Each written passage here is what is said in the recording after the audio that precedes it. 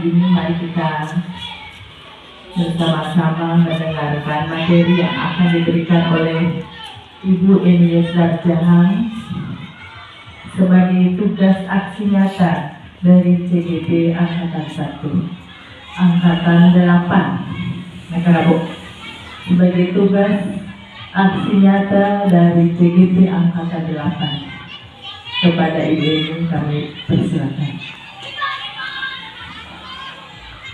Baik, selamat pagi Bapak Ibu Guru semua. Selamat pagi. Sebelum kita memulaikan kegiatan kita pada hari ini, pertama-tama kita patut bersyukur kepada Tuhan yang Maha Kuasa karena atas berkat dan rahmat-Nya sehingga pada hari ini izin kepada saya untuk melakukan sosialisasi tentang materi atau ilmu yang saya sudah dapatkan dalam kurang lebih beberapa bulan kemarin sudah mengikuti kegiatan pendidikan di negara. Terus yang kedua juga saya ucapkan terima kasih banyak kepada Bapak Ibu Guru yang telah meluangkan waktunya untuk mendengarkan materi yang akan saya bawakan. Sekali lagi saya ucapkan terima kasih banyak. Baik Bapak Ibu semua, sebelum kita melakukan mendengarkan materi yang akan saya bawakan, who yes. Ya, coba sekali lagi tepuk mulai kegiatan. Tepuk. Yes. Baik, terima kasih. Silakan Ibu kembali. Pertama, apa itu budaya positif? Di sini budaya positif itu adalah nilai-nilai, keyakinan-keyakinan profil pelajar Pancasila. Tujuan pendidikan Ki Hajar Dewantara di sini adalah menuntun segala kodrat yang ada pada anak-anak agar mereka dapat mencapai kebahagiaan yang setinggi-tingginya. Nah, dalam hal menuntun di sini guru berpihak pada nilai dan peran guru sebagai memimpin pembelajaran.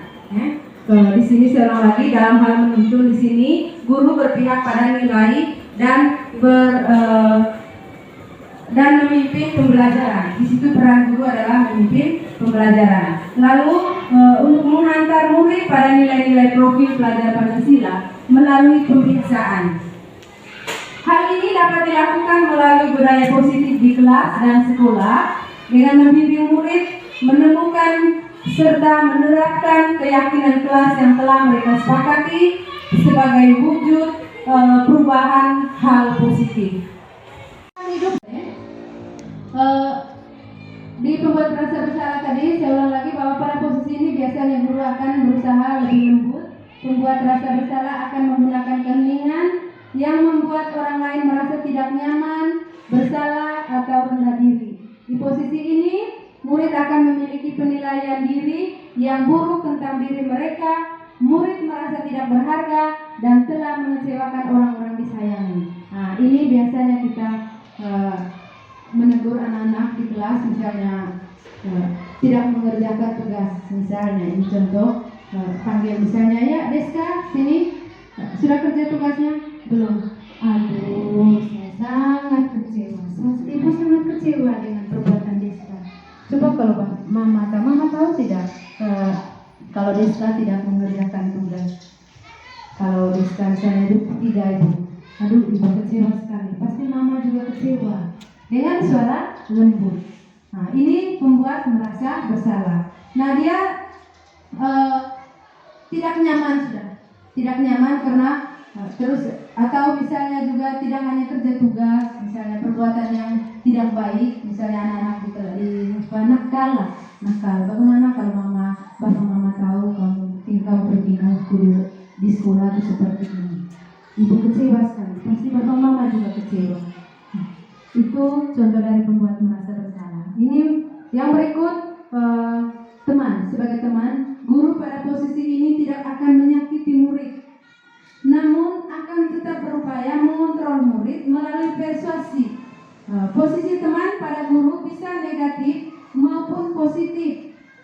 Positif di sini berupa hubungan baik yang terjalin antara guru dan murid. Guru di posisi teman menggunakan hubungan baik dan humor untuk mempengaruhi seseorang. Hal negatifnya dari posisi teman adalah bila suatu saat guru tersebut tidak membantu, maka murid akan kecewa dan tidak mau berusaha. Biasanya kita, tolong kerja tugaskan, beri ibu toh. Nah, jadi kalau kamu tidak kerja tugas, pasti bapak kepala sekolah akan marah ibu. Itu contohnya. Kalau sebagai teman, nah dengan sendirinya pasti, kalau misalnya dia pasrah, biar sudah nanti ibu yang bantu. Itu contoh. Tapi negatifnya ketika kita tidak membantu murid, tidak membantu anak ini, maka dia mulai kecewa sudah. Dia kecewa bahwa ternyata karena dia awalnya dia tidak mau berusaha tadi. Dia tidak mau berusaha, nanti ibu akan bantu saya. Tetapi ketika kita tidak bantu, saya kecewa sekali, ternyata ibu saya tidak bantu. Nah itu kalau posisi kontrol sebagai teman. Lalu sebagai pemantau, seorang pemantau sangat mengandalkan penghitungan, catatan data yang dapat digunakan sebagai bukti atas perilaku seseorang. Posisi ini akan menggunakan stiker, slip catatan, daftar cek. Jadi posisi pemantau sendiri berawal dari teori stimulus respon yang menunjukkan tanggung jawab guru dalam mengontrol murid. Nah ini biasanya di piket ya, di catatan piket, atau kadang juga kita tulis, kita punya data, kita punya misalnya di kelas atau hari-hari piket misalnya. Lihat hari ini misalnya si Deska terlambat, besoknya dia catat dulu hari ini. Misalnya saya catat dulu hari ini. Lihat lagi besok yang terlambat itu Deska lagi, saya tulis lagi bahwa hari ini. Hitungan yang kelima, disitulah fungsi dari kontrol dari pemantau tadi. Mulai sudah pada hari yang kelima misalnya saya guru piket, saya laporkan kasih ke bapak kepala sekolah atau ke ibu kepala sekolah bahwa jadi si Deska itu sudah 5 kali terlambat. Kira-kira bagaimana? Nah datang ini guru yang satu misalnya karena apa? Itu kau yang terlambat terus. Ini sudah 5 hari kau tidak pernah terlambat terus. Itu contoh dari pemantau tadi. Lalu kontrol manajer. Manajer di sini adalah posisi di mana guru berbuat sesuatu bersama dengan murid. Mempersilahkan murid mempertanggungjawabkan perilakunya, mendukung murid agar dapat menemukan solusi atas permasalahannya sendiri. Pada posisi manajer inilah murid dapat menjadi pribadi yang mandiri, merdeka dan bertanggung jawab atas segala perilaku dan sikapnya yang pada akhirnya dapat menciptakan lingkungan yang positif, nyaman dan aman. Nah, di sini saya rasa dari beberapa kontrol tadi ini yang biasa yang harus kita lakukan ya sebagai manajer. Ini yang bagus karena di sini yang awalnya melakukan mempersilahkan murid mempertanggungjawabkan perilakunya. Jadi kita bersama-sama melakukan kesepakatan dengan lebih awal dengan murid dan guru. Yang berikut tentang keyakinan kelas. Keyakinan sekolah atau kelas di sini dibentuk atas dasar kesepakatan bersama antara guru dan murid. Keyakinan kelas berupa pernyataan-pernyataan yang universal dan dibuat dalam bentuk positif sehingga mudah diingat dan dipahami oleh semua warga kelas. Untuk mendukung motivasi intrinsik atau dari dalam diri, kembali ke nilai-nilai atau keyakinan-keyakinan lebih menggerakkan seseorang dibandingkan mengikuti serangkaian peraturan-peraturan. Jadi ini saya rasa untuk keyakinan kelas ini kita sudah buat di kelas masing-masing ya. Dari sejak kita menjadi sekolah penggerak kemarin kita sudah buat ini tentang keyakinan kelas. Nah, yang terakhir di sini tentang segitiga restitusi.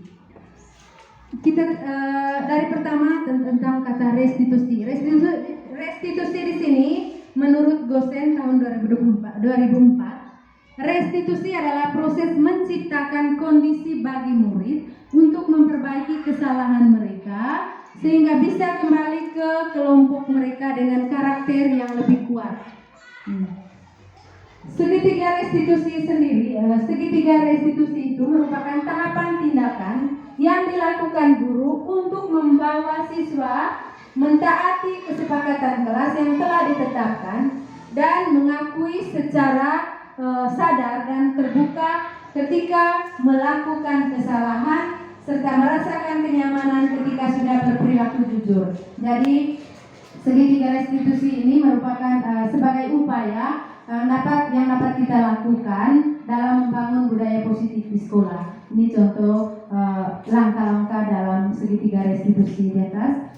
Misalnya langkah dalam segitiga restitusi, yang pertama kita menstabilkan identitas. Untuk mengatasi masalah anak itu ada 3 langkah ini. Sekali lagi, yang pertama menstabilkan identitas. Bahwa pertanyaan menstabilkan identitas ini kita membawa mereka agar mereka mengungkapkan alasan yang mereka lakukan. Misalnya, kamu tentu punya alasan mengapa kamu terlambat. Misalnya di saat kita melakukan solusi tentang anak yang terlambat. Misalnya kita tanya dulu, selamat pagi nak, apa kabar? Terus kira-kira kenapa sampai saya panggil? Jadi jangan kita tegur saat dia di kelas, dia masuk kelas. Kenapa kau terlambat? Jam berapa kau bangun? Nah, itu berarti bukan menggunakan segitiga restitusi. Jadi begitu anak datang, kita salam, dia salam kita, lalu kita menyampaikan, tanya saja, atau siapa saja Deska, jam berapa sekarang? Misalnya dia lebih dari jam 7.40 Ibu. Oh baik, sudah, sekarang silakan duduk. Tetap dia suruh duduk, tidak marah, tidak pakai bentak dan lain sebagainya. Hanya suruh, oh baik sudah, duduk dulu. Nanti setelah itu jam istirahat sebentar, hadap Ibu. Terus atau dia di dalam kelas dulu untuk melanjutkan dia punya berapa jam yang terlambat sedikit, berapa menit tadi. Nah, saat kita menyelesaikan ini, kita dengan suara yang membuat dia bisa mengungkapkan semua apa yang dia rasakan. Nah, setelah itu tanya jam berapa? Deska jam berapa bangunnya tadi? Jam ini Bu. Kenapa bangun terlambat? Mulai gali dulu dia punya karena alasan. Mengapa sampai bangun terlambat? Ibu misalnya mungkin dia malamnya tidur terlambat atau keasikan main HP. Sudah itu kira-kira apa kira-kira sampai ini. Jadi segala misalnya kita kasih tahu juga bahwa kita pernah membuat salah.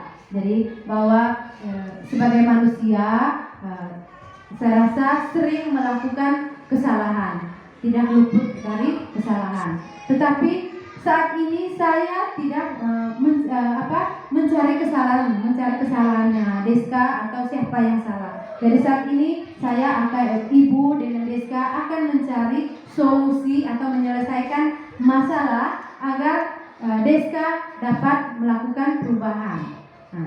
Lalu pasti dia akan menyampaikan, coba ceritakan apa alasan sampai Deska terlambat. Dia ceritakan, sudah Ibu saya begini. Oh baik, jadi terima kasih. Masih ingat tidak? Misalnya saat dia menyampaikan terlambat, masih ingat tidak tentang keyakinan kelas? Berarti di kelas kita sudah buat keyakinan kelas, keyakinan atau kesepakatan bersama tadi. Misalnya datang sekolah tepat waktu, itu kita tanya kembali keyakinan kelas. Yang terakhir kita tanya keyakinan sudah. Waktu kita tanya alasan, selesai tanya alasan, kita tanyakan keyakinan kelas. Masih ingat tidak keyakinan kelas? Coba sebut kembali tentang keyakinan yang kita sudah buat, sepakati di kelas. Nah, sudah itu baru kita memberikan nasihat atau motivasi. Nah, jadi apa langkahnya? Tanya kembali kepada anak itu. Bagaimana apa langkah-langkah yang Deska buat untuk melakukan perubahan, untuk memperbaiki nyaman atau tidak? Misalnya, ketika mama tanya begitu, iya betul, tidak, pasti saya malu. Kira-kira kalau misalnya kamu malu dengan rambut seperti itu, kira-kira apa alasannya tadi sampai rambutnya tadi tidak sisir, tidak rapikan? Begitu juga yang ini satu ini yang laki-laki tadi itu yang rambutnya hanya bagian atasnya saja. Apakah nyaman atau tidak menurut kamu tentang rambut, misalnya rambut seperti ini? Nah, sudah itu kalau misalnya jawabannya ibu tidak nyaman, kira-kira bagaimana?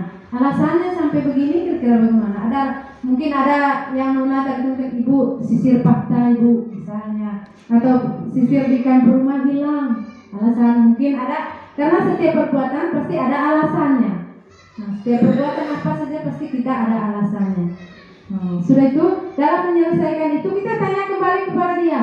Jika tadi Enu malu dengan rambutnya seperti ini, kira-kira bagaimana sudah langkah yang selanjutnya yang kamu buat supaya rambut ini rapi terus?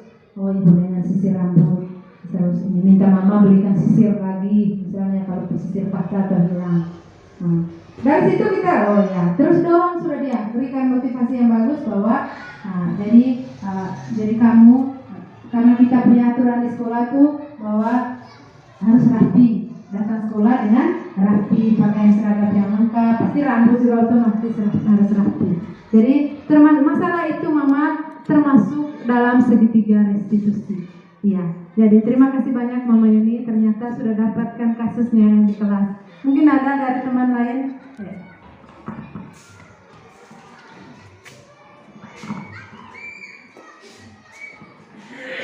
Baik, terima kasih untuk Ibu sudah kasih kesempatan untuk saya bertanya. Mungkin apa yang saya paparkan ini agak keliru, tapi itu yang saya tangkap tadi berkaitan dengan faktor eksternal tadi atau apa tadi yang berkaitan dengan yang mungkin bisa ini lagi.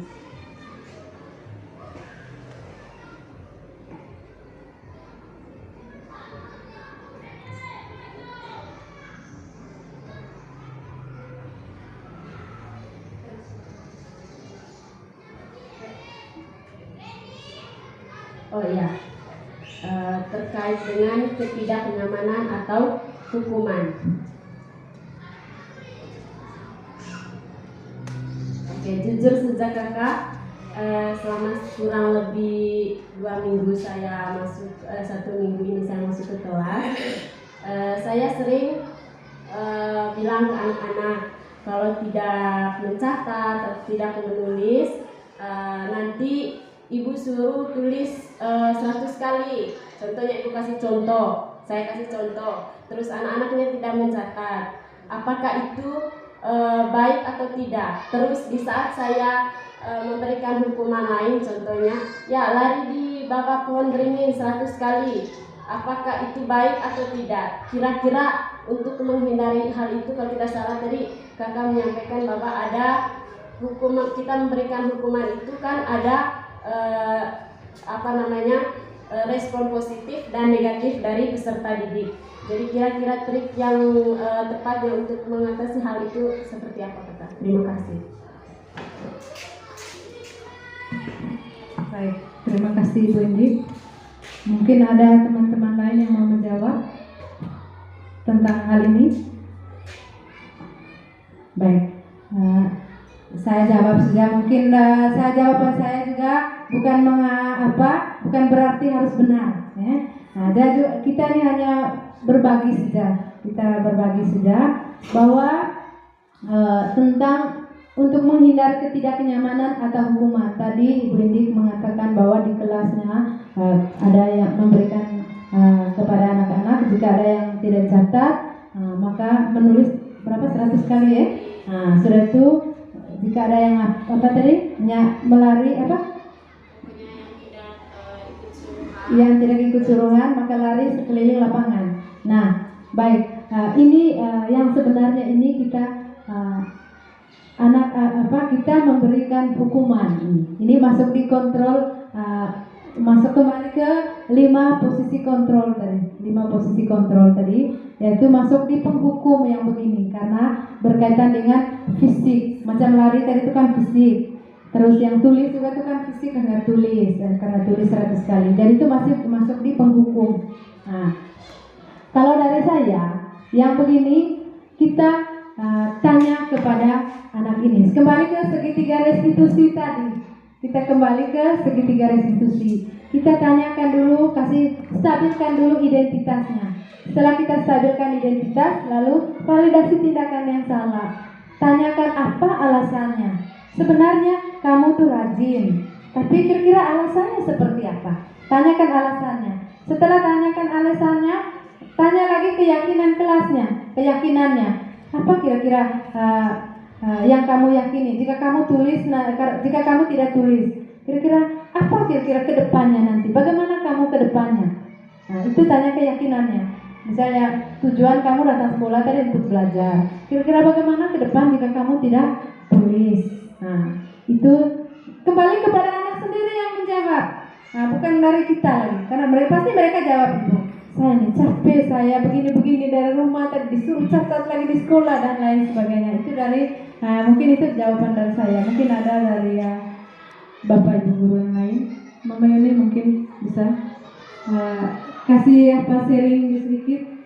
Karena itu berdasarkan kalau yang saya belajar di segitiga restitusi ini seperti itu tadi kalau tentang soal sanksi. Karena di penghukum ini ada 3 kontrol tadi, misalnya penghukum, terus ada konsekuensinya, Kalau penghukum itu satu arah saja dari kita guru, macam itu tadi suruh lari keliling lapangan. Kalau konsekuensinya kita melakukan konsekuensi juga tadi, misalnya kalau kamu tidak catat kira-kira apa akibatnya.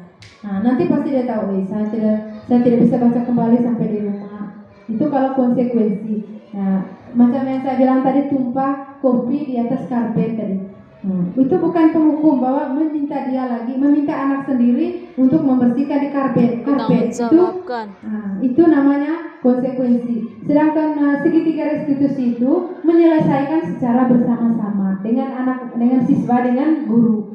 Tidak hanya dari guru dan tidak hanya dari siswa, dan mengajak siswa untuk menyelesaikan secara bersama. Itu saya rasa dari saya. Mungkin ada lagi? Baik, itu saja materi yang akan saya bawakan hari ini. Terima kasih kepada teman-teman yang sudah memberikan sharing terhadap apa yang sudah dapat di kelasnya masing-masing. Jadi waktu dan kesempatan saya ucapkan terima kasih.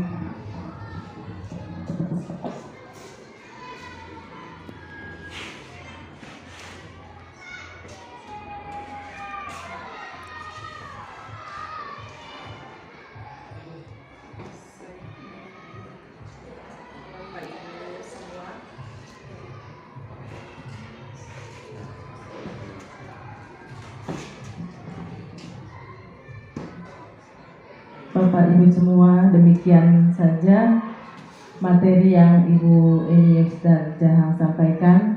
Semoga materi yang kita peroleh hari ini dapat kita terapkan dalam kita melaksanakan kegiatan belajar mengajar di sekolah kita. Atas materinya kami ucapkan banyak terima kasih.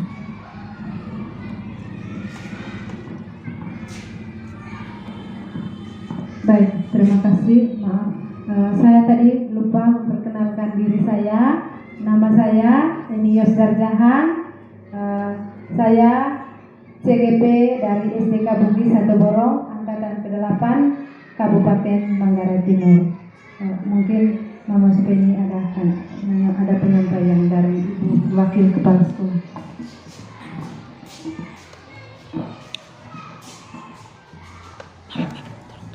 Baik, terima kasih.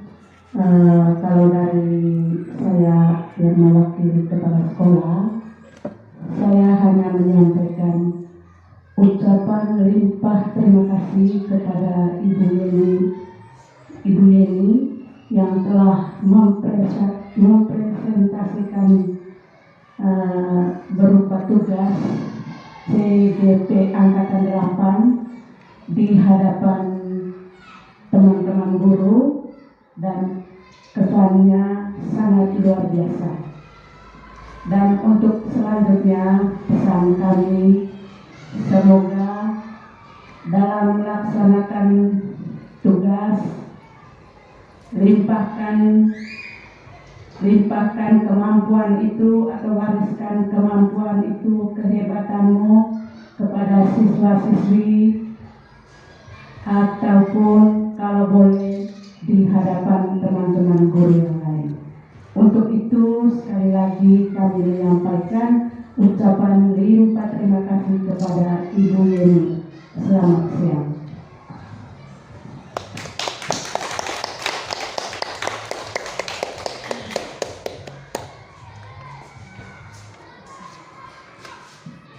Terima kasih kepada Mama Supendi yang mewakili kepala sekolah yang sudah memberikan izin dan terus sudah meluangkan waktu, begitu juga Bapak Ibu guru yang lain. Saya rasa untuk sosialisasi materi tentang budaya positif ini sudah selesai. Sekian dan terima kasih. Selamat pagi Deska. Selamat pagi. Bagaimana kabarnya hari ini? Baik, Bu. Baik ya. Nah, Deska tahu tidak kenapa ibu dipanggil sini? Tahu, Bu. Kenapa? Karena saya datang terlambat. Karena Deska datang terlambat. Lalu Deska tahu tidak kita masuk sekolah tuh jam berapa? Tahu, Bu. Jam 7.30. Jam 7.30. Nah, jika Deska tadi start dari rumah jam 7.30, lalu di sekolah kita masuk jam 7.30, apakah Deska sudah datang ke sekolah tepat waktu? Tidak, Bu. Saya terlambat. Tidak, Deska sudah terlambat. Nah, jika kita terlambat datang sekolah, apakah baik atau tidak? Tidak, Bu. Tidak. Kenapa tidak baik? Iya, karena Deska pada sudah tahu bahwa jika kita terlambat datang sekolah, kita melanggar kesepakatan kelas. Iya, itu tidak baik, bahwa itu melakukan pelanggaran atau kesalahan. Ya, memang sebagai manusia itu pasti sering melakukan kesalahan dan itu wajar. Ibu juga sering melakukan kesalahan, misalnya ibu datang sekolah tidak tepat waktu, bahkan terlambat masuk kelas. Namun ibu di sini tidak mencari siapa yang salah. Ibu untuk mencari solusi atau penyelesaian secara bersama, berpikir bersama tentang apa yang bisa kita lakukan untuk memperbaiki situasi ini seperti yang Deska lakukan hari ini tadi ya. Jadi supaya Deska tidak terlambat lagi datang sekolah.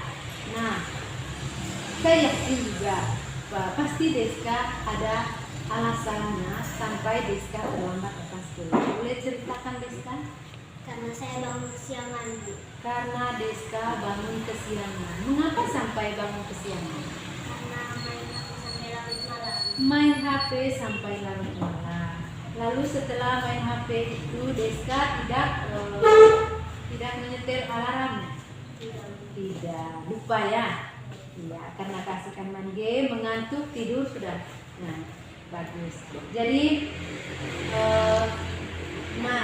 jadi Deska tadi sudah menyampaikan semua alasan bahwa Deska itu datang terlambat itu karena bangun kesiangan.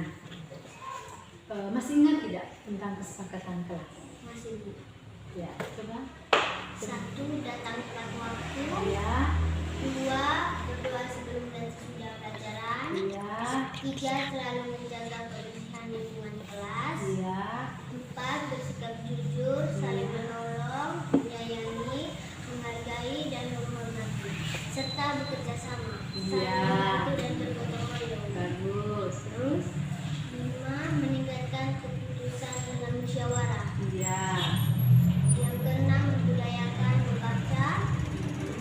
Yang ketujuh, semangat belajar. Semangat belajar. Baik. Dari ketujuh keyakinan kelas kita tadi, yang Deska sudah sebutkan tadi atas kesepakatan bersama, kira-kira keyakinan yang mana yang Deska belum terlaksanakan? Yang pertama, Apa kira-kira tadi yang pertama? datang tepat waktu. Iya, datang sekolah tepat waktu.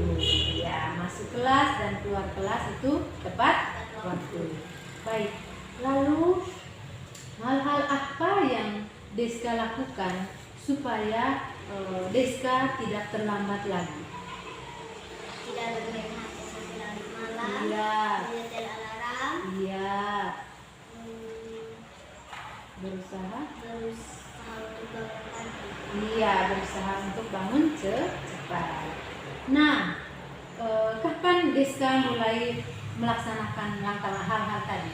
Mulai sebentar malam. Mulai sebentar malam, bagus. Jadi Deska mulai sebentar malam akan melakukan hal-hal yang sudah disampaikan tadi ya. Jadi bagus, terima kasih Deska karena Deska sudah mau melakukan perubahan. Mau tidak? Sudah mau melakukan perubahan ke arah yang lebih baik lagi ya. Jadi Ibu harap ke depan Deska akan menjadi anak yang baik, anak yang disiplin, biar tidak terlambat lagi datang sekolah dan menjadi anak yang bertanggung jawab. Siap melakukan hal tersebut? Siap. Betul, siap? Ya, kita tos dulu. Terima kasih Deska. Iya. Nama saya Deska. Saya senang sekali karena tidak diberi hukuman ketika melakukan kesalahan. Misalnya tadi saya terlambat masuk kelas karena bangun kesiangan. Dan saya diajak bersama-sama mencari solusinya. Saya berjanji untuk bangun pagi lebih cepat dan berusaha datang sekolah. Selamat pagi Luger. Selamat pagi, Bu. Apa kabar hari ini? Sehat. Sehat. Baik. Luger tahu tidak kenapa Ibu panggil ke sini? Kenapa turun tangan? Kenapa Ibu panggil ke sini? Tidak tahu. Baik. Tadi waktu diskusi kelompok, waktu mengerjakan tugas kelompok tadi, Luger aktif atau tidak? Tidak, Bu. Tidak. Mengapa tidak aktif? Karena saya sedang menyanyi. Karena Luger sedang bernyanyi. Baik. Apakah Luger tuh menyanyi harus pada saat mengerjakan tugas kelompok atau bagaimana? Maaf, Bu, saya Tidak. tidak Nah, tidak harus menyanyikan pada saat. menyanyi saat pelajaran. Iya. Baik. Menurut Luger, baik atau tidak Luger menyanyi pada saat diskusi kelompok? Tidak. Tidak baik ya? Tidak baik. Betul. Mengapa tidak baik? Karena itu sudah melanggar peraturan kelas. Melanggar kesepakatan kelas. Betul ya. Jadi itu kegiatan itu yang Luger lakukan tadi itu merupakan kegiatan pelanggaran terhadap kesepakatan kelas. Ya, itu betul ya. Jadi tindakan itu merupakan pelanggaran atau kesalahan. Tapi Ibu tidak menyalahkan Luger karena sebagai manusia kita pasti sering melakukan kesalahan dan itu wajar. Ibu juga sering melakukan kesalahan, tetapi tidak setiap perbuatan itu pasti ada alasannya, pasti ada alasannya. Mengapa Luger menyanyi pada saat mengerjakan tugas kelompok? Karena saya tidak serius. Karena Luger tidak serius. Iya, mengapa sampai Luger tidak serius? Karena saya menyanyi. Karena Luger hobi menyanyi yang sebenarnya. Karena Luger hobi menyanyi. Bagus. Luger hobi menyanyi. Nah, nyanyi kira-kira Luger menyanyinya di mana sih? Di gereja, di rumah, dan di tempat saya bermain. Wah, di gereja, di rumah, dan di tempat Luger bermain. Baik, kalau begitu Luger masih ingat tidak tentang kesepakatan keyakinan kelas kita yang sudah kita sepakat pada awal semester kemarin? Masuk. Masih. Coba Luger sebutkan dulu. Yang pertama datang tepat waktu. Iya. Yang kedua berdoa sebelum dan sesudah pelajaran. Iya. Yang ketiga selalu menjaga kebersihan kelas atau lingkungan sekolah. Iya. Yang keempat bersikap jujur, saling menolong, menyayangi, menghargai dan menghormati, serta bekerja sama, saling membantu dan bergotong royong. Yang lain sudah lupa? Sudah. Ya, baik. Ternyata Luger yang sebut dari ketujuh keyakinan yang Luger ingat tuh hanya 4. Nah, dari keempat keyakinan kelas yang Luger sebutkan tadi, kira-kira keyakinan yang mana yang Luger belum terlaksanakan? Bersikap tidak jujur, Bersikap tidak jujur, apa lagi? tidak saling membantu, Tidak saling membantu, apa lagi? tidak bekerja bersama Tidak mau bekerja bersama sama teman-teman. teman, tidak menghargai, ya toh? Nah, baik. Kak, baik. Kalau begitu, Luger, untuk memperbaiki kesalahan tadi, kira-kira kapan, apa yang akan Luger lakukan? Yang saya lakukan, saya tidak akan mengulangi kesalahan itu lagi. Iya, Luger tidak akan mengulangi kesalahan seperti tadi. Apalagi Di saat pelajaran saya tidak akan menyanyi, di saat pelajaran Luger tidak akan menyanyi. Apalagi bersikap jujur, bersikap jujur. Apalagi saling menolong, saling menolong. Apalagi bekerja. bekerja sama bersama teman. Iya, bekerja sama teman. Jadi Luger tadi sudah menyampaikan bahwa Luger tidak akan mengulang lagi kesalahan yang sama. Lalu Luger juga berjanji mau merubah diri, ya toh? Mau merubah diri sendiri untuk tidak melanggar lagi. Seperti tadi Luger bilang tadi bahwa tidak menyanyi lagi saat pelajaran dan lain sebagainya. Baik, kira-kira mulai kapan Luger lakukan hal tersebut? Mulai besok, Oh, mulai besok, tidak mulai sebenarnya ini hari. mulai hari dan Mulai hari ini. mulai hari ini dan seterusnya. Oh, mulai hari ini dan seterusnya. Bagus. Ternyata Luger mau merubah dirinya dari mulai hari ini sampai seterusnya. Betul atau tidak? Berjanji? Janji. Nah, siap untuk melakukan perubahan? Siap. Betul, siap? Betul. Ya, tos dulu. Terima kasih Luger karena Luger sudah melakukan, sudah menyampaikan tentang perubahan yang akan lakukan mulai dari hari ini sampai dan seterusnya. Ibu mengharapkan Luger nanti akan menjadi anak yang baik, anak yang disiplin, terus anak yang dapat bertanggung jawab, saling menghargai dan saling bekerja sama antara satu sama lain. Jadi terima kasih Luger. Jadi mudah-mudahan Luger dapat merubah diri sampai dengan seterusnya. Terima kasih Luger.